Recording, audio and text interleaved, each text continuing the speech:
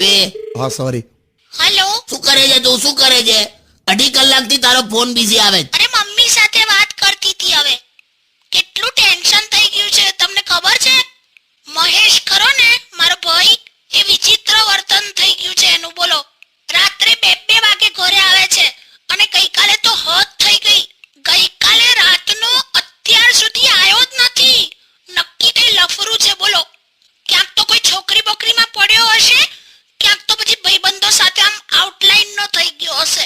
ઘરે આવ્યો જ નથી. મને તો એટલું બધું આમ ડાઉટ જાય છે ને. અલી શાંતિ રાખ, તું આવું ખોટું નેગેટિવ ના વિચાર. કદાચ એવું એ બને કે કદાચ ટ્રક બક નીચે આવી ગયો હોય, મરી ગયો હોય, એવું પણ બને ને. માય ગોડ, તમે તો કેવું બોલો, તમે તો ખતરનાક નેગેટિવ છો. હવે તો મેં પણ નતું વિચાર્યું. એટલે કશું નહીં થાય મહેશને. કોઈ છોકરીના લફડામાં નહીં હોય. મહેશ છે ને, મહેશ એ પેલા 10ના સિક્કા જેવો છે. બેન નથી થયો તોય કોઈ લેવા તૈયાર નહીં. શું તમે પણ? સારું.